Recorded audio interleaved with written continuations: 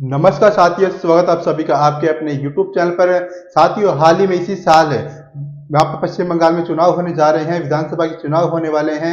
उसकी तारीख अभी तक आई नहीं है ऐसे, लेकिन ऐसा कहा जा रहा है कि यहाँ पर मार्च या फिर अप्रैल के अंदर वहां पर विधानसभा के चुनाव हो सकते हैं। उसके साथ साथ ही यहाँ पर जो भी पार्टियां हैं, जैसे कि बीजेपी हो, तृणमूल कांग्रेस पार्टी हो, या फिर कांग्रेस पार्टी हो, या फिर सीपीएम पार्टी हो, उस सभी की सभी पार्टियां यहाँ पर अपनी रणनीतियां बनाना शुरू कर दिए हैं। उसके बाद से यह कयास लगाने लग गए हैं कि इस टाइम जो सत्ताधारी पार्टी है, तृणमूल कांग्रेस है, उन्होंने एक अलग ही प्लानिंग करना शुरू कर दी है।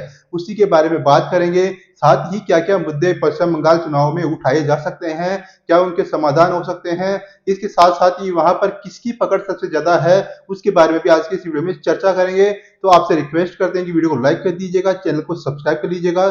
शुरू करते हैं आज का यह वीडियो। साथियों, वहां पर पश्चिम बंगाल में ममता बनर्जी के द्वारा कहा जा रहा है कि यहाँ पर ममता बनर्जी ने पश्चिम बंगाल में चुनाव जीतने के लिए अपनी रणनीति बदलना शुरू कर दिया है। उसके साथ साथ ऐसा कहा जा रहा है कि यह जो टक्कर होने वाली है वो बीजेपी बनाम यहाँ पर तृणमूल कांग्रेस पार्टी यानी टीएमसी के साथ बीच होने वाली है। देखने वाला मुकाबला, रोचक होने वाला मुकाबला यह है कि यहाँ पर सीधी टक्कर होने वाली है बीजेपी और तृणमूल कांग्रेस पार्टी के बीच में। हाल में आपने देखा भी होगा यहाँ पर जो तृणमूल कांग्रेस पार्टी की जो अध्यक्ष है या फिर मुख्यमंत्री है ममता बनर्जी, उन्होंने दिल्ली कूच भी किया था। वहां पर उन्होंने सत्ता पक्ष के खिलाफ यानी कि जो केंद्र सरकार है उसके खिलाफ यहाँ पर जन आंदोलन भी किया था। साथ ही उन्होंने वहां पर एसआईआर का मुद्दा उठाया था। आपने देखा भी होगा एसआईआर का मुद्दा है इस समय ट्रेंड में चल रहा है। एसआईआर का जो मुद्दा है ट्रेन में चल रहा है, उसके पीछे का रीजन दिया जा रहा है कि एसआईआर के अंदर यहाँ पर मुस्लिमों के मुस्लिमों के वोट काटे जा रहे हैं। उसी चीज को लेकर के यहाँ पर ममता बनर्जी ने केंद्र सरकार पर निशाना बनाया था। उसके साथ साथ उन्होंने यहाँ पर अपनी फाइल भी दर्ज कराई थी, एफआईआर भी दर्ज करवाई थी। साथ ही एसआईआर को रोकने के लिए इन्होंने कमेटी भी बिठाई थी। उस कमेटी के द्वारा यह कहा गया था कि एसआईआर एक गलत है। साथ ही एसआईआर के अंदर जो वोट काटे जा रहे हैं वो केवल और केवल मुस्लिमों के वोट काटे जा रहे हैं। उसके साथ साथ आप सभी लोग जानते हैं यहाँ पर जो मुस्लिम वोट है ज्यादातर तृणमूल कांग्रेस पार्टी को सपोर्ट करते हैं, यानी कि ममता बनर्जी को सपोर्ट करते हैं। उसके साथ साथ ऐसी दलील भी दी जा रही है कि यहाँ पर इनको सपोर्ट भी किया जा रहा है। उसके साथ साथ ऐसा कहा जा रहा है कि यहाँ पर भाजपा से मुकाबले को एक नया एम काफी नहीं है। ममता बनर्जी ने पश्चिम बंगाल जीतने के लिए अपनी रणनीति बदल ली है। पश्चिम बंगाल में इस साल विधानसभा चुनाव होने वाले हैं, जो कि चुनाव में ममता बनर्जी की चुनावी जो स्ट्रेटेजी है मुस्लिम और महिला के इर्द गिर्द घूम रही है। आखिर यह कौन सा एक ऐसा फार्मूला है जिसके जरिए ममता बनर्जी चुनावी ताल ठोकने वाली है। उसके साथ पश्चिम बंगाल में इसी साल चुनाव होने जा रहे हैं। उसके साथ साथ बात करें यहाँ पर बीजेपी पार्टी के बारे में, साल 2021 के अंदर जब चुनाव हुए थे तो बीजेपी पार्टी को यहाँ पर स्वतंत्र सीट मिली थी। उसके साथ जो तृणमूल कांग्रेस पार्टी है यानी कि ममता बनर्जी की पार्टी को 215 सीटें यहाँ पर प्राप्त हुई थी। साथ ही यहाँ पर चुनावी सत्ता परिवर्तन के इरादे से सियासी अखाड़े में आई है। वही टीएमसी फिर से सत्ता हासिल करने के इरादे से राज्य में अपना दमखम लगा रही है।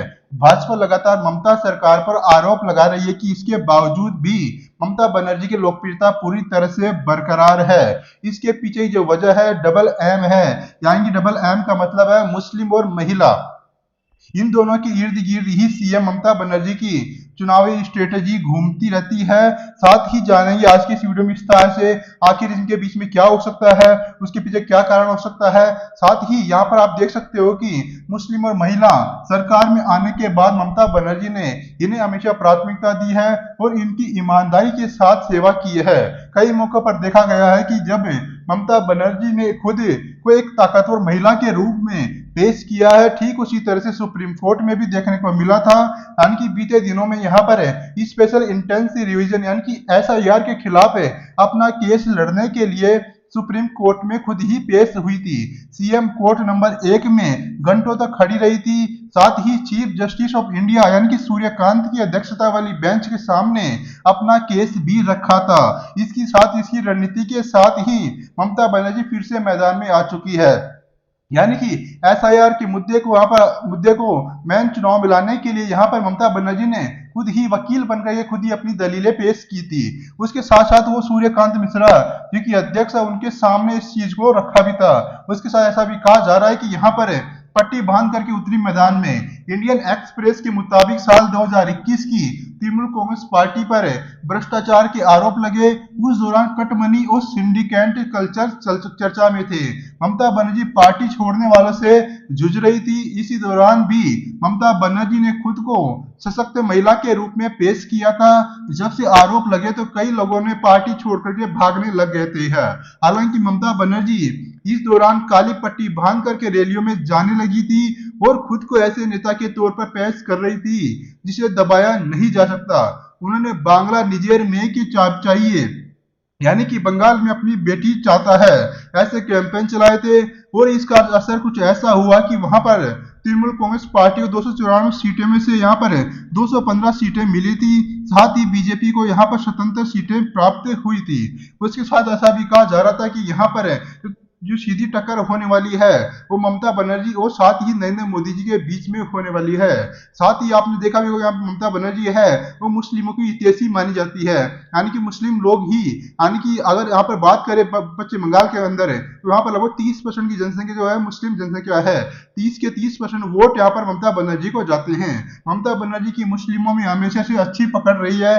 सीएम ममता बनर्जी खुद को मुस्लिम हितैषी के रूप में पेश करती हुई आ रही है। SIR के खिलाफ यह लड़ाई लड़ करके वे मुस्लिमों में अपनी पकड़ और मजबूत कर रही है। कई चुनावों में इसका परिणाम भी देखने को मिला था। हालांकि अगर इस बार के चुनाव की बात करें तो वहां पर हुमायूं कबीर इस बार अलग होकर के चुनाव लड़ने की बात कर चुके हैं। साथ ही वह उन्होंने अपनी नई पार्टी भी बना ली है। ओवैसी की पार्टी के साथ कबीर मिलकर के चुनाव लड़ सकते हैं। इनके साथ साथ ही इनके साथ जो लेफ्ट पार्टी है यानी कि CPM पार्टी है वो भी इनके साथ आ सकती है। अगर ऐसा होता है तो फिर ममता बनर्जी के वोट बैंक को काफी नुकसान पहुंच सकता है। यानी कि आने वाले समय में यह देखना दिलचस्प होगा कि यहाँ पर अगर यहाँ पर मुस्लिम वोट यहाँ पर बिखर जाते हैं तो ममता बनर्जी कितनी सीटें हासिल कर पाती है। उसके साथ ही महिलाओं के लिए ममता सरकार की लक्ष्मी भंडार स्कीम वरदान साबित हुई थी। ममता सरकार ने जब प्रदेश का अंतरिम बजट पेश किया तो उन्होंने डायरेक्ट बेनिफिट ट्रांसफर यानी कि DBT स्कीम पर जोर दिया।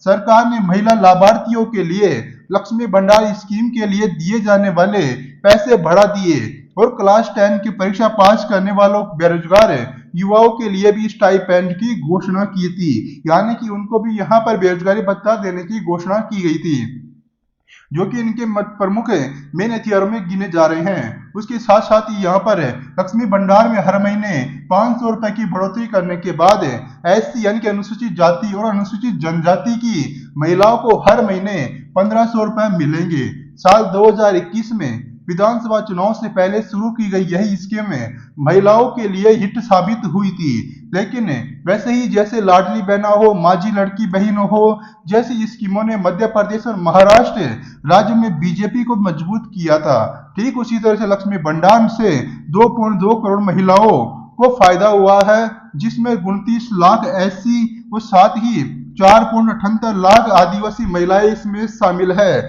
जिससे कि ममता बनर्जी को काफी अच्छा बेनिफिट देखने को मिल सकता है। उसके साथ साथ ही बंगाल में SIR का फाइनल जो रिजल्ट है वो 28 फरवरी को घोषित हो सकता है, यानी कि पश्चिम बंगाल में अंतिम मतदाता सूची 21 फरवरी से पहले जारी नहीं की जाएगी। वही मुख्य निर्वाचन अधिकारी मनोज कुमार अग्रवाल ने बताया कि यहाँ पर मतदाता सूची में अगर किसी का नाम छूट जाता है तो 2 चरणों में सुधार की प्रक्रिया उपलब्ध है। अगर किसी का नाम रह जाता है तो यहाँ पर आप अपना नाम जुड़वा भी सकते हो। उसके साथ साथ यहाँ पर बंगाल में जो बाबरी का क्या सियासी प्रयोगशाला है उसकी वजह से ममता बनर्जी को नुकसान हो सकता है। उसके बाद से ही हिंदू संगठनों के कुछ से ममता कैसे अपनी पार लगा पाएगी। पश्चिम बंगाल विधानसभा चुनाव से पहले ही बाबरी मस्जिद का मुद्दा एक बार फिर से गर्मा गया है। हुमायूं कबीर ने मुर्शिदाबाद में बाबरी नाम से मस्जिद बनाने के लिए नींव रखी तो अब हिंदू संगठन ने बंगाल कूच करके विरोध का पहला ऐलान किया था। चुनावी राज्यों में धार्मिक ध्रुवीकरण की पिच तैयार हो रही है, जिससे ममता बनर्जी को काफी मुश्किलें हो सकती है। हाल ही में पश्चिम बंगाल में विधानसभा चुनाव की सियासी तपीस के बीच धार्मिक ध्रुवीकरण की पिच तैयार की जा रही है। अयोध्या में बाबरी विध्वंस की बरसी पर 6 दिसंबर के दिन मुर्शिदाबाद में एक मस्जिद की नींव रखी गई। टीएमसी से निष्कासित विधायक हुमायूं कबीर ने इसे बाबरी मस्जिद के नाम पर बना रहे हैं, जिससे लेकर हिंदू संगठनों का भी विरोध करना शुरू कर दिया है। हिंदू संगठनों ने भी अपना मोर्चा खोल दिया है। साथ ही उन्होंने ऐलान कर दिया है कि किसी भी सूरत में बाबरी मस्जिद का निर्माण नहीं करने देंगे। लखनऊ की सड़कों पर मुर्शिदाबाद चलो की अपील वाले तमाम पोस्टर लगाए भी गए थे। हिंदू संगठनों ने 10 फरवरी को बंगाल के मुर्शिदाबाद पहुंचने की अपील भी की है। उसके बाद हिंदू संगठनों ने लिखा कि हुमायूं हम आएंगे, बाबरी फिर से गिराएंगे, बटोगे तो कटोगे, चलो मुर्शिदाबाद जैसे अब इन्होंने नारे लगाए थे। साथ ही अब हिंदू संगठन के लोग बंगाल के लिए कूच कर रहे हैं। पश्चिम बंगाल में जैसे जैसे चुनाव नजदीक आता जा रहा है, वैसे वैसे ही हिंदू मुस्लिम की राजनीति तेजी से बढ़ती हुई जा रही है। इसका मुख्य केंद्र मुर्शिदाबाद जिला बना हुआ है, जहां की आबादी सबसे ज्यादा मुस्लिम मानी जाती है। यहां टीएमसी से बाहर किए गए विधायक हुमायूं कबीर मुसलमानों के बीच अपनी सियासी पकड़ बनाने में जुटे हुए हैं, तो वहीं बीजेपी धार्मिक ध्रुवीकरण का करके अपना सियासी संभावना बनाते हुए दिखाई दे रहे हैं। इसी तरह से बंगाल में चुनाव से पहले ही यहाँ पर बाबरी के मुद्दे पर नया सियासी प्रयोगशाला बन रहा है। उससे यहाँ पर ममता बनर्जी के लिए सियासी टेंशन भी बढ़ चुकी है। यानी कि आने वाले समय में यह देखना दिलचस्प हुआ कि ममता बनर्जी इनके खिलाफ क्या रणनीति बनाती है। उसके साथ साथ ही जो भी मुस्लिम वोट ममता बनर्जी कट रहे हैं, उनको कैसे वापस अपनी पार्टी में लाती है। उसके साथ ही यहाँ पर विश्व हिंदू परिषद रक्षा परिषद के अनुसार यहाँ पर लखनऊ के होर्डिंग लगाई गई है। लखनऊ के 1090 चौराहा, अंबेडकर चौराहो, हजरतगंज चौराहे पर एक साथ शहर के अलग अलग हिस्सों में होर्डिंग लगा करके हिंदुओं में से मुर्शिदाबाद चलने की अपील की गई थी। उसके बाद ही हिंदू संगठनों के द्वारा पोस्टर में पश्चिम बंगाल की सीएम ममता बनर्जी की भी तस्वीर लगाई गई थी। इस तरह यहाँ पर हिंदू संगठन नई बाबरी के निर्माण में सीधे सीधे ममता बनर्जी को भी बराबर का शरीक मान रहे हैं। मंगलवार को सुबह से ही हिंदू संगठनों के लोग बड़ी संख्या में लखनऊ में एकजुट हुए हैं, ताकि वो मुर्शिदाबाद के लिए कूच कर सके। लेकिन यहाँ पर हुमायूं कबीर ने जिंदा किया था मुद्दा।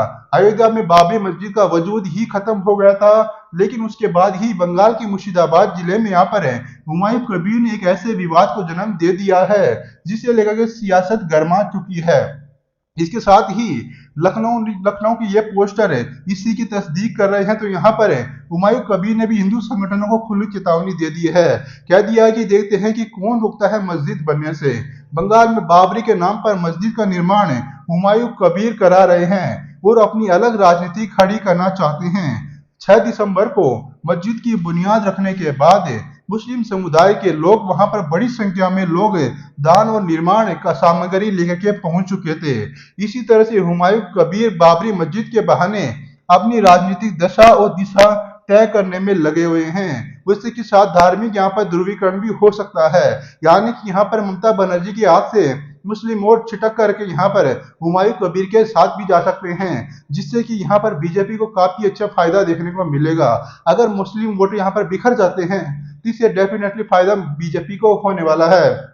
हिंदू संगठन ने एक तरफ मुर्शिदाबाद चलकर बाबरी को किसी भी सूरत में नहीं बनने का ऐलान करते हैं, तो वहीं पर ही हुमायूं कबीर भी कह रहे हैं कि कौन मुझे रोकता है यह मस्जिद बनाने से। बंगाल में 2026 के विधानसभा चुनाव से पहले ही सांप्रदायिक ध्रुवीकरण के सवाल खड़े कर दिए गए हैं। सत्ताधारी पार्टी के भीतर की बेचैनी को उजागर कर दिया गया है। ऐसे में टीएमसी को अभी सियासी तौर पर बेचैन भी कर दिया है। हिंदू मुसलमान के बीच की खाई चोरी कर रहे हुमायूं कबीर मुर्शिदाबाद में जिस मुस्लिम वोट बैंक पर कब्जे की ख्वाहिश सजा रहे हैं, उसी का साइड इफेक्ट लखनऊ में लगे यह पोस्टर हैं, जहां पर हिंदू संगठनों के इस अपील पर हिंदुओं का जत्था मुर्शिदाबाद पहुंचने वाला है, जिससे कि यहाँ पर ममता बनर्जी की बेचैनी होना जायज है। यानी कि आने वाले समय में यह देखना बड़ा ही दिलचस्प होगा कि ममता बनर्जी इन सभी चीजों से कैसे अपनी पार लगा पाती है, कैसे मुस्लिम वोटों को बिखरने से रोक पाती है। यानी कि मुस्लिम वोट हिंदू मुस्लिम का वोट का बंटवारा होगा। बाबरी मस्जिद बनाने के बहाने हुमायूं कबीर ने मुर्शिदाबाद के मुस्लिम वोटों को साधने का दांव चला तो अब नई पार्टी बना करके बंगाल के मुस्लिम वोटों का ध्रुवीकरण करने का पूरा प्लान बना रखा है। इसी तरह से उनकी नजर बंगाल के 30% मुस्लिम वोटों पर है, जो फिलहाल ममता बनर्जी का कोर वोट बैंक बना हुआ माना जाता है। ऐसे में हुमायूं कबीर की सियासत की ममता बनर्जी के लिए चिंता का सबब बन चुके हैं। यानी कि आने वाले समय में यह देखना दिलचस्प होगा कि जो मुस्लिम जो वोटर्स हैं पश्चिम बंगाल में 30% जो वोटर्स हैं वो किस तरह अपना अपना रुख मोड़ते हैं। बंगाल में करीब 30% मुस्लिम मतदाता है, जिस सूबे के 294 सीटों में से करीब करीब 100 सीटों पर निर्णायक भूमिका निभाते हैं।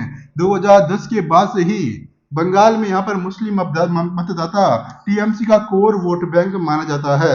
ममता बनर्जी के लगातार 3 बार जीत में मुस्लिम वोटरों की बड़ी भूमिका रही है, लेकिन बाबरी मस्जिद के मुद्दे पर मुस्लिम वोटों को बांट भी सकता है। हुमायूं के कदम से ममता बनर्जी की टीएमसी के लिए मुश्किलें बढ़ती हुई नजर आ रही है। तो अब हिंदू संगठनों ने मुर्शिदाबाद पहुंचकर बाबरी निर्माण को रोकने की धमकी धार्मिक ध्रुवीकरण की संभावना को जन्म दे सकता है, जिससे कि यहाँ पर हिंदू मुस्लिम के वोट भी बिखरते हुए नजर आ सकते हैं। अगर यहाँ पर ममता बनर्जी बाबरी मस्जिद का विरोध करती है तो यहाँ पर मुस्लिम वोट उनकी आस से छिटक सकते हैं, लेकिन अगर वहीं पर यहाँ पर अगर इसका विरोध करेगी ममता बनर्जी तो इससे यहाँ पर हिंदू भी यहाँ पर इसका विरोध कर सकते हैं। इससे भी हिंदू भी इनके वोटों से बढ़ सकते हैं। बीजेपी की नजर है हिंदू वोटों पर है। बीजेपी को देखा जाए तो यहाँ पर हमेशा हिंदू वोटर ही सपोर्ट करते हैं, मुस्लिम वोटर नगण्य ही बीजेपी को सपोर्ट करते हैं। बीजेपी हमेशा हिंदुओं के सारे यहाँ पर सत्ता में आती है, लेकिन पश्चिम बंगाल में पहचान की राजनीति चुनावी गणित में यहाँ पर अहम रोल अदा करती है। बंगाल में 2019 के लोकसभा और 2021 के विधानसभा चुनाव में बीजेपी ने हिंदुत्व के मुद्दों पर काफी अच्छा प्रदर्शन भी किया था। साल 2014 में कांग्रेस, 2019 में वाम दलों के गिरते प्रदर्शन के बाद बीजेपी पश्चिम बंगाल में मुख्य विपक्षी दल के रूप में उभर चुकी है। यानी कि 2021 के चुनाव में साल 2021 के जो विधानसभा चुनाव हुए थे वहां पर बीजेपी पार्टी ने 77 सीटें हासिल की थी। उससे पहले जो चुनाव हुए थे वहां पर बीजेपी के पास केवल 3 ही सीटें थी। यानी कि बीजेपी ने काफी अच्छा प्रदर्शन साल 2021 में किया था। 2019 के लोकसभा चुनाव में बीजेपी ने राज्य में 42 में से 18 सीटें जीती थी। वही रुझान 2021 के विधानसभा चुनाव और 2024 के लोकसभा चुनाव में भी दिखा था। बंगाल में बीजेपी की सीटें भले ही 2019 की तुलना में 2024 में कम आई, लेकिन हिंदू वोटों पर उसकी पकड़ काफी ज्यादा मजबूत है। यानी कि आने वाले समय में यह देखना दिलचस्प होगा कि यहाँ पर बीजेपी कैसे अपनी सीटों को बढ़ा पाती है, वहीं ममता बनर्जी कैसे अपने वोटों को बिखरने से रोक पाती है। पिछले विधानसभा चुनाव में 87 मुस्लिमों ने टीएमसी को वोट दिया था, जबकि 54% हिंदुओं ने बीजेपी को वोट दिए थे। यह ट्रेंड 2024 के लोकसभा चुनाव में भी जारी रहा। यह स्थापित हो चुका है कि ममता को अधिकांश मुस्लिम वोट मिल रहे हैं, वही बहुसंख्यक हिंदू वोट बीजेपी के पास जा रहे हैं। बीजेपी 50% से ज्यादा हिंदू वोटों को अपने साथ लामबंद करने में अभी तक सफल रही है। बीजेपी हिंदुत्व राजनीति के माध्यम से हिंदू वोट बैंक हासिल करने के लिए बांग्लादेश में हिंदुओं की हमले, अवैध प्रवासन, रोहिंग्या जैसे मुद्दों को उठाती रही है और अब उसे बाबरी का मुद्दा भी हाथ लग चुका है। ऐसे में धार्मिक ध्रुवीकरण होता है तो फिर ममता बनर्जी के लिए अपने किले को बचाए रखना काफी ज्यादा मुश्किल हो जाएगा। साथ ही आपको क्या लगता है, क्या इस बार कौन सी पार्टी पश्चिम बंगाल में चुनाव जीत सकती है? आप अपनी राय कमेंट बॉक्स में जरूर से जरूर बता दीजिएगा। अगर आपने यहाँ तक वीडियो देखा तो वीडियो लाइक कर दीजिएगा, चैनल को सब्सक्राइब कर लीजिएगा। वीडियो देखने के लिए धन्यवाद।